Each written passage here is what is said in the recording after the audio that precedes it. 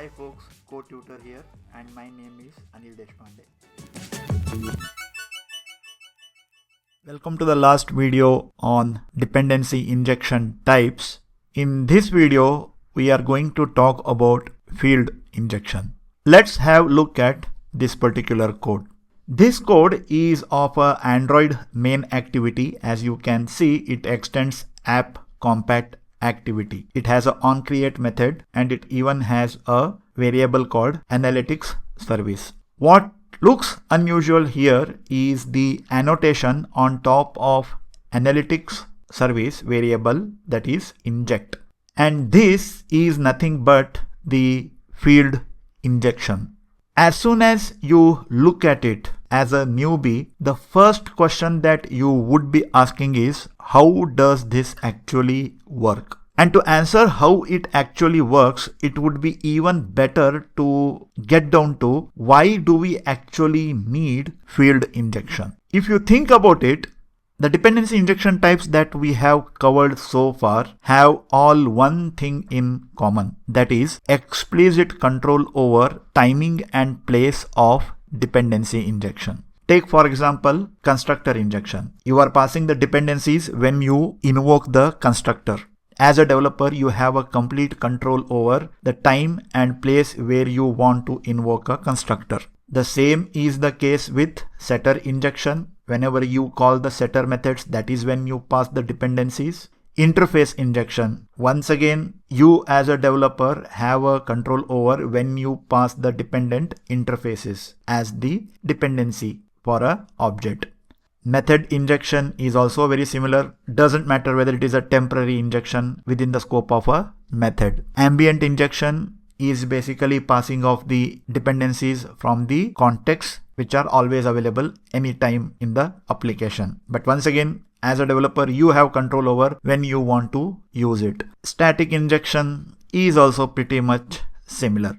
However, in case of the Android main activity, this cannot be said as true. What happens in case of a Android main activity is you cannot apply these injection types because you don't have any control over when and how the activity is going to get invoked explicitly. All you do is you register your activity in the manifest file, and it is the Android which basically decides to invoke the main activity when the application launches. And because your class main activity extends app compact activity, it is basically controlled by the Android's definition of what app compact activity is. So what happens is when the main activity gets started, whatever the variables that are there in the main activity will have to be initialized before they are used in the onCreate. Otherwise, you will get a null pointer exception. So what this inject does is it ensures that the analytics service gets initialized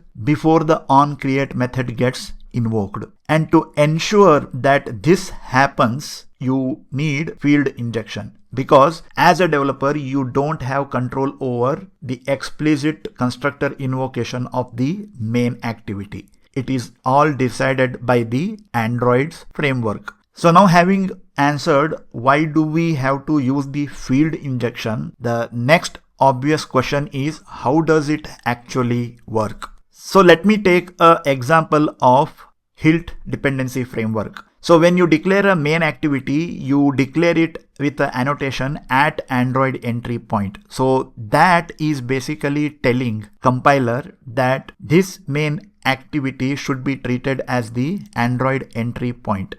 And it also makes sure that whenever your main activity is getting launched, it is getting launched not your plain vanilla main activity. What it actually does is it creates an instance of Hilt main activity.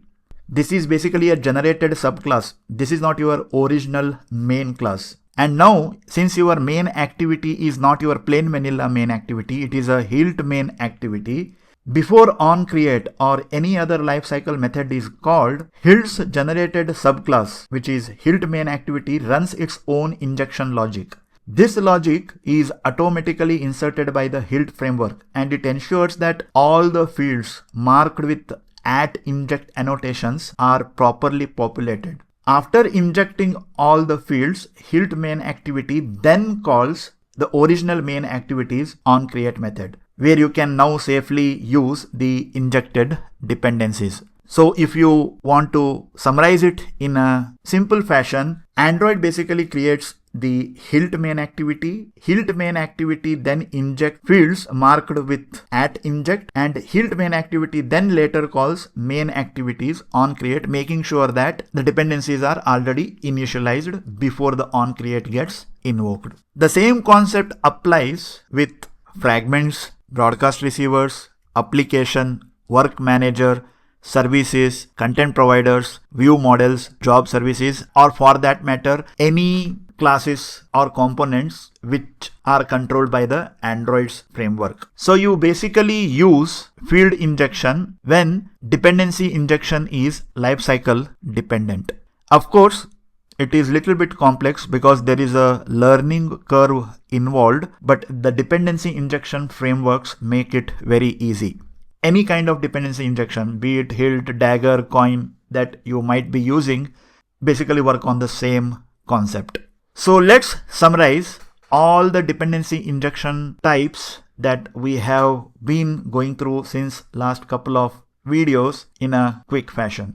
Constructor injection. This is typically used when the dependency is mandatory for the class to function correctly. Setter injection, when you want the dependency as an optional and you want to change the dependency during the object's life cycle. That is when you want to use setter injection. Interface injection, you need basically maximum flexibility in dependency management. Dependency injection frameworks also automatically handle dependencies and allow you to adhere to very strict inversion of control principle, that is IOC, by injecting them via interfaces. This is not very commonly used dependency injection technique, but it offers you the maximum flexibility. Method injection, you typically use when dependency is required only for the method's execution, that is the scope of the method. It is useful for testing where you can pass different mock implementations for different tests. Ambient injection, when application requires a global resource that doesn't vary between the components, like the application context. You often use it in service locator patterns or legacy systems. Static injection, legacy systems where refactoring is becoming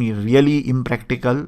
This can be a stopgap arrangement before you finally refactor it. So special scenarios are required to share a static dependency. That is the time when you can use static injection.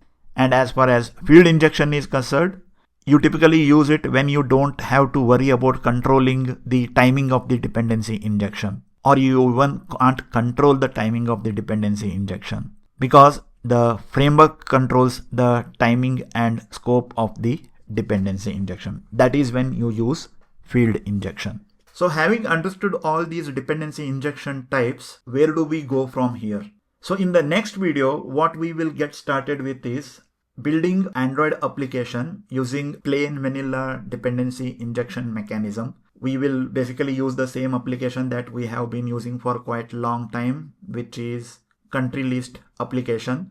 If you have gone through some of the other videos previously on my channel, you should be pretty familiar with that particular application. So right now that application doesn't have any kind of dependency injection being used. So we will use something very plain vanilla, which is called as the container based dependency injection. And then we will start refactoring that particular code. We will start refactoring with one or the other dependency injection frameworks so that you get an idea of how a code looks without any dependency injection framework. And then as we progress to use a particular dependency injection, you will understand how the code gets refactored. So that will give you a pretty good idea of how to transition your code or project from non-dependency injection framework based application code to a dependency injection based application code. So that's it in this particular video. Stay tuned for the next video.